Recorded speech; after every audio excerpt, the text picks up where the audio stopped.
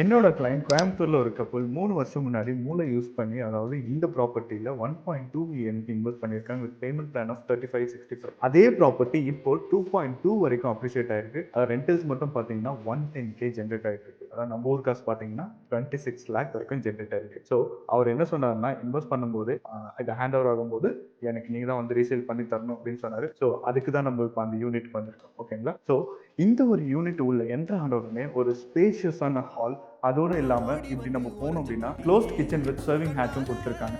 அப்படியே நேராக உள்ள போனீங்க அப்படின்னா 2 பெட்ரூமோட 2 வாஷ்ரூம் பிளஸ் ஒரு கெஸ்ட் வாஷ்ரூம். அது மட்டும் இல்லாமல் இந்த பெட்ரூம்ல இருந்து ஹால் வரைக்கும் பால்கனி கனெக்டடா இருக்கும்.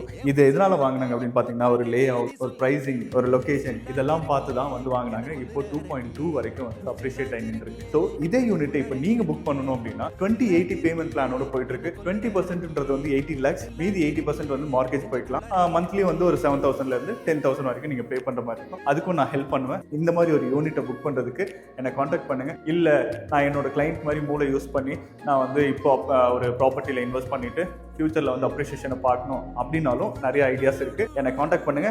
நம்மளும் ஒரு யூனிட்டை புக் பண்ணலாம்.